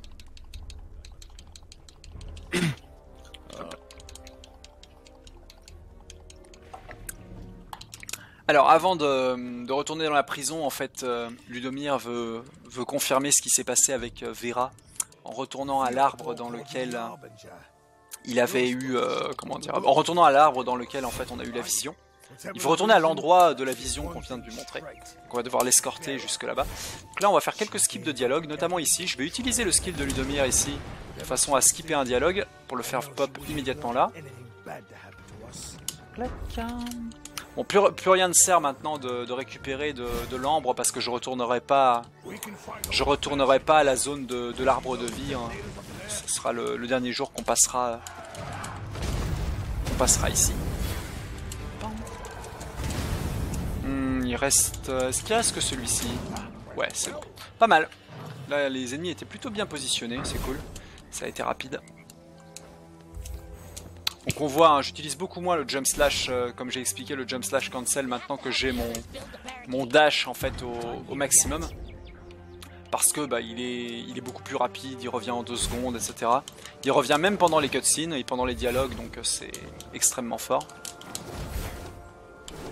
C'est pas très opti ça par contre comme déplacement, c'est pas grave. Hop. On va arriver par ici. Alors il y a on peut refaire ici le skip de la corniche, là, le fameux Keissa skip ici une 3e fois. On pourrait le tenter pour la blague vu que ça ne risque pas un softlock et en plus c'est... Oh, mais déjà le ludo skip pour le placer en marathon, GG. Oh, lui il est constant, il n'y a pas de problème. Bon on va le tenter une fois. Ouais, mais il est quand même dur pour le coup, hein. Vraiment en termes de repérage, c'est quand même, enfin, on est sur fille que tu fasses un pas de trop et tu tombes en fait. Non. Pour le coup, Ludomir. Juste pour la blague, hein, je le tente une fois. Oh. Bon, j'ai failli le faire. Bon, non, on va arrêter. Presque. Ah tiens, attends, il est là, Ludomir. Tiens, c'est intéressant ça. Il a réussi à venir. Quoi. Je vais le tenter juste... D'habitude en fait on reset le checkpoint ici parce que Ludomir... Il y a beaucoup d'ennemis derrière nous et Ludomir met du temps à arriver. Mais T'as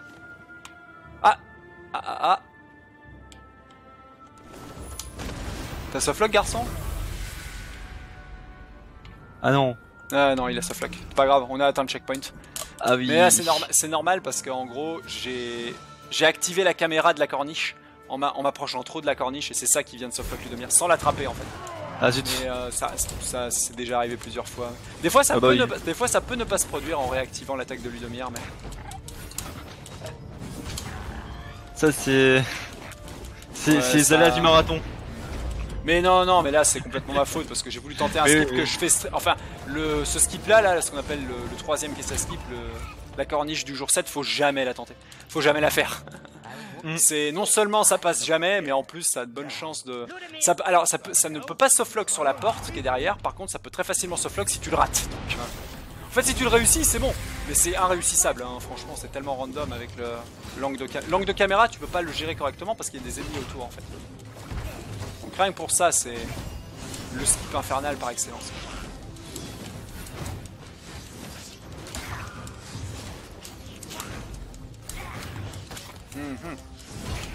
Bizarre ce hit là. Ah tiens, il a ciblé 2 fois le baril au lieu de cibler l'ennemi. C'était un fight un peu chaotique. C'est pas grave. Hop. Ouais, anyway. Bon, c'était marrant de le tenter, mais du coup tu peux... Ça te permet de voir à peu près à toi à quoi il ressemble celui-là, tu vois, et tu dois... Faut vraiment YOLO l'angle, en quelque sorte. Et des fois, mais genre, juste ça peut pas passer, quoi. Pas correctement, tout du moins, quoi.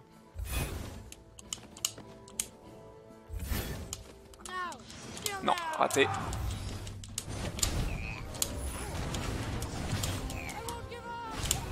Tac. Allez, Ludomir. Ici, j'ai bêtement utilisé mon Delay of Doom un peu plus tôt et... Je me suis mal positionné pour réussir ce triple saut, du coup j'ai préféré faire le fight. Ça aurait pris moins de temps, surtout que j'étais mid-life donc je voulais pas risquer une mort. Bon, c'est relativement quick pour le coup, il y a vraiment... Au niveau des skips j'étais étonné, t'as eu une exécution de monstre pour le coup. Ah mais sur ces skips là, c'est le fait de les avoir beaucoup taffé quoi. Le jeu, enfin ces skips, il n'y a pas tant de skips qui sont comparables à ce Domenside et j'ai dormi pas mal dedans en vrai hein, sur ces skips là donc ça prend un peu de travail mais toi t'y es arrivé en pas très longtemps non plus hein, pour le coup. C'est juste en fait avoir de la régu dessus qui est un peu complexe quoi. Mais pour ça, bah en fait c'est ça qui est assez... Mais pour tout speedrun, je pense, et c'est ce qu'on va voir en particulier sur le marathon, et ça se voit bien dans les runs de marathon également, et sur ceux qui sont habitués à faire des runs de marathon. Parce qu'on a quelques bons habitués de runners de marathon là durant ce speed marathon, c'est cool. C'est que la régularité, ça se gagne d'une seule façon, c'est en échouant en fait. Genre c'est en ratant une quantité hallucinante de fois, et tu finis par comprendre en gros ce qui fait que tu rates, mais aussi ce qui fait que tu peux alors, comment dire, avoir un setup encore plus safe que ce qui pourrait être considéré comme safe en fait en faisant en fait des pipi à tam, tu vois. C'est peut-être pas ce qui peut être considéré comme safe en faisant des runs de marathon, tu vois. Faut un degré de safeitude encore plus élevé. Et ça, tu l'acquiers qu'en échouant des choses qui sont par exemple à 99%, quoi. Tu trouves des setups qui te permettent de monter à 100%, quoi. Ouais.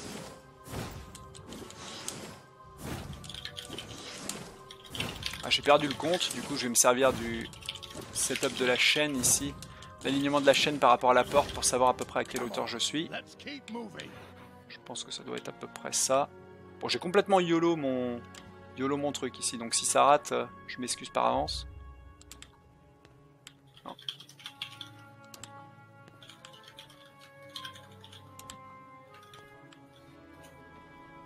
Ah, apparemment j'étais à la bonne hauteur. Cool.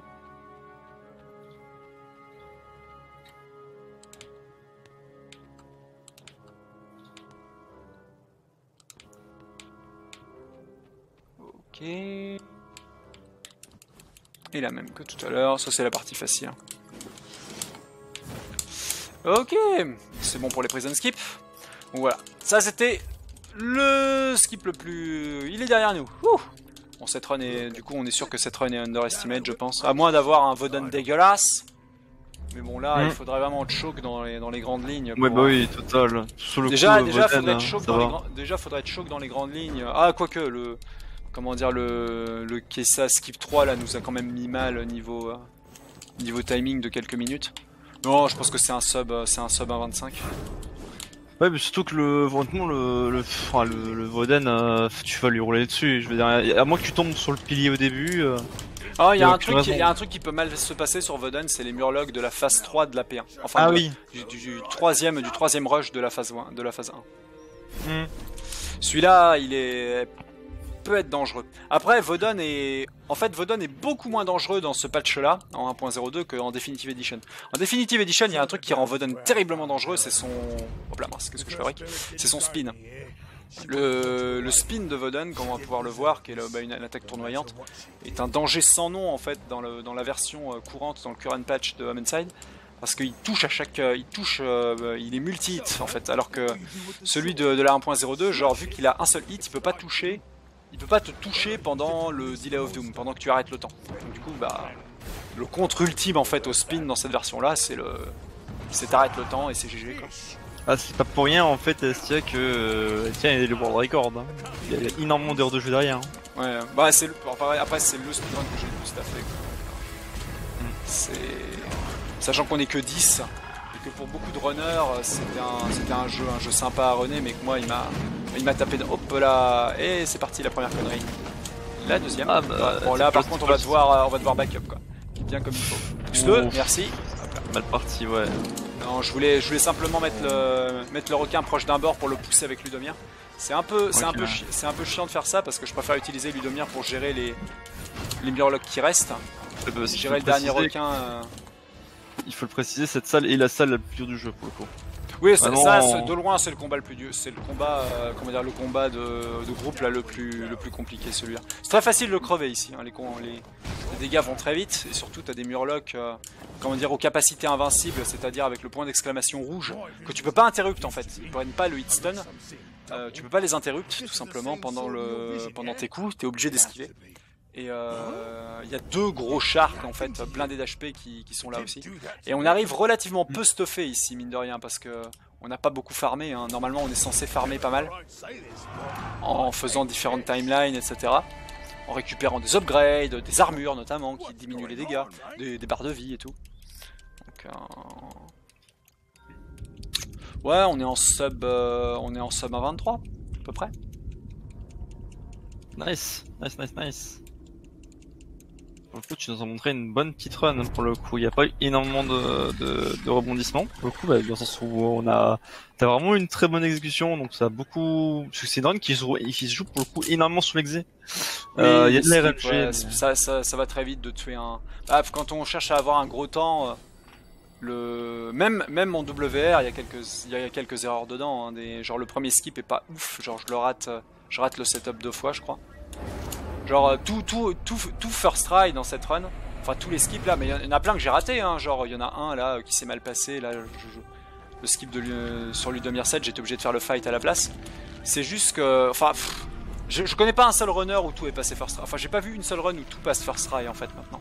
Donc alors, en fait faut improviser avec c'est aussi le degré d'improvisation avec comment les ennemis se comportent et les fails que tu fais en fait vis-à-vis des skips. Par contre il y a des trucs, dès que tu les rates c'est run morte instantanément, genre le prison skip. En fait vu que ça prend une éternité à monter en fait à stuff les triple jump là pour gagner de la hauteur et passer par-dessus les portes, passer out of band, ça, enfin dès que c'est raté. Genre normalement à haut niveau c'est reset. Oui, totalement. Même pour moi, ça reset parce que ça me frustre trop. J'ai atterri sur un. Pour moi, aussi, j'ai atterri sur un shark. Ouais, moi ça me frustre beaucoup trop de rater, donc forcément pour moi aussi ça reset. No corner jump, no, certainly not. I don't want to kill 15 seconds just to win 2 seconds in a marathon. Alors, en fait, il y a un saut ici qui permet de skipper 2 plateformes au tout début, qui gagne allez 2 secondes. Ah oui, le gros saut, ouais. Qui est ridicule. Alors, et Tricro d'ailleurs l'a réussi en plein marathon, en plein ESA. C'était assez incroyable. On a celui qui nous dit la vie d'un speedrunner c'est être under level et sans équipement. C'est à peu près ça. Ouais.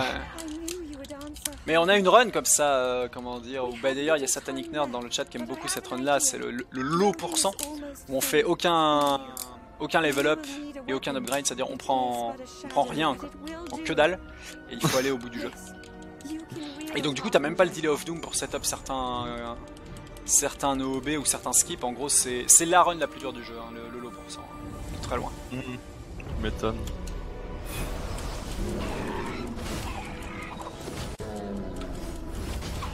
Ouais, pour le coup, tu parlais du fait que le jeu t'a tapé, mais c'est absolument pareil pour moi.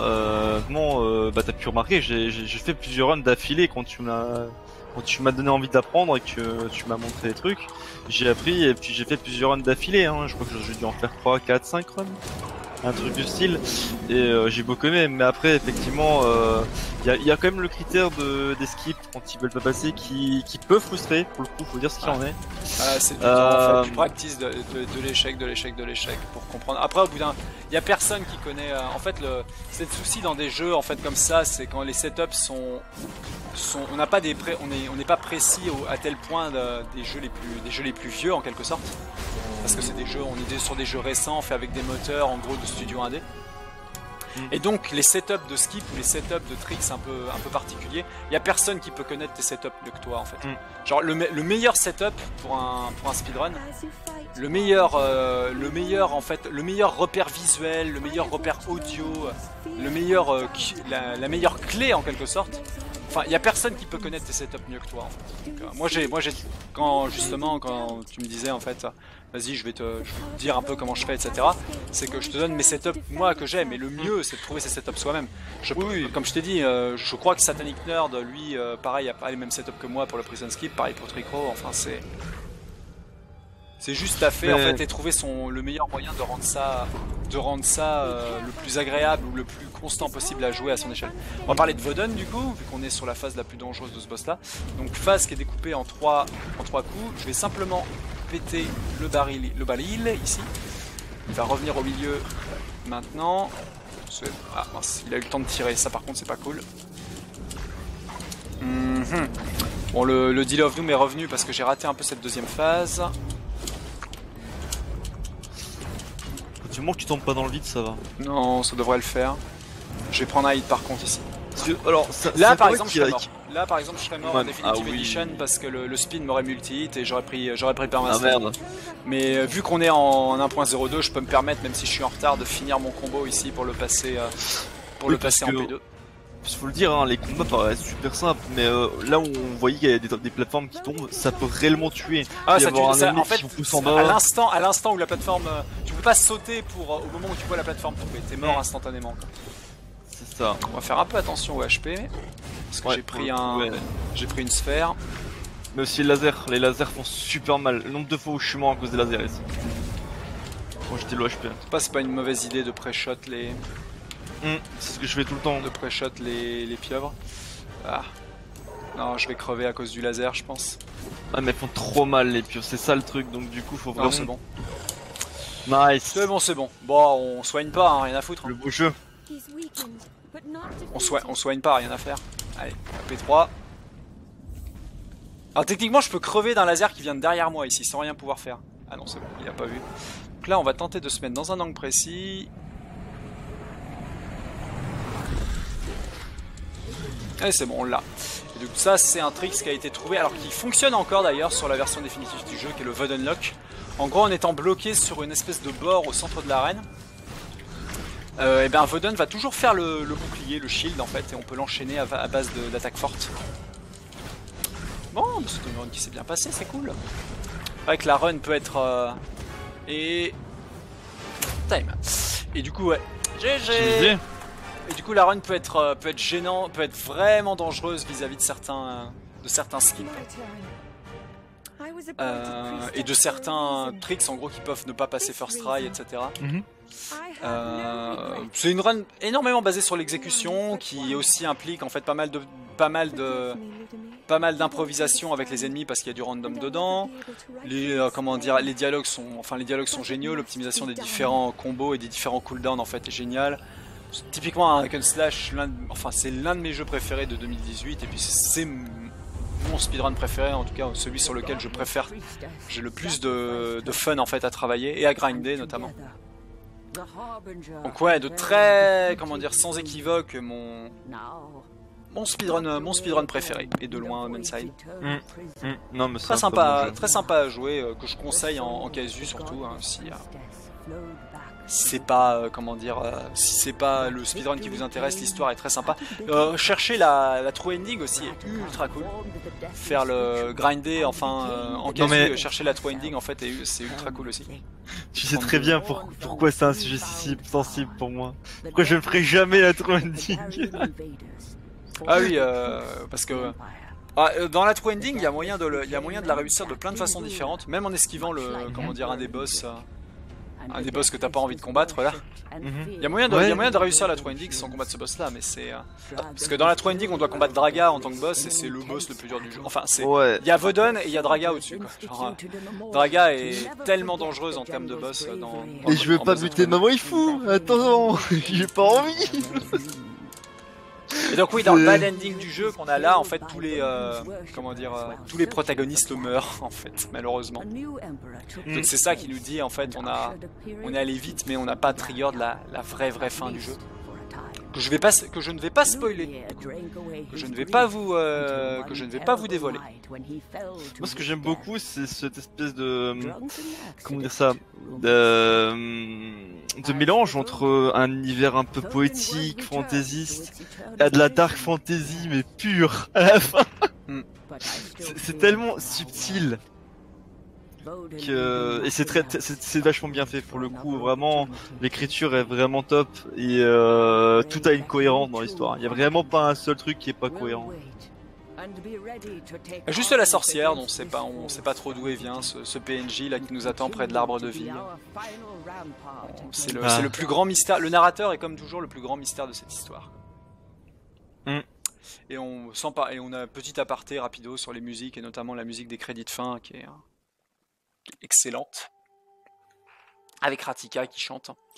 Donc du coup, c'était Homenside, voilà.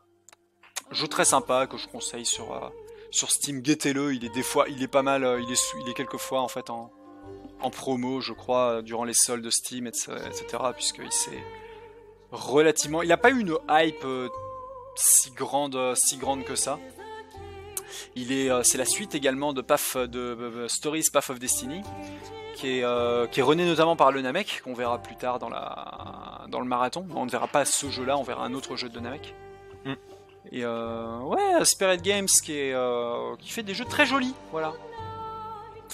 Sur ce, je pense qu'on le verra sur du Shenmue 3 tout simplement. Shenmue, c'est ça. Qu'on va pouvoir switch le temps que j'aille refill mon verre. Je vais juste chercher, je voulais juste profiter de la musique 2 secondes, je vais chercher de l'eau, puis on enchaîne sur Fury.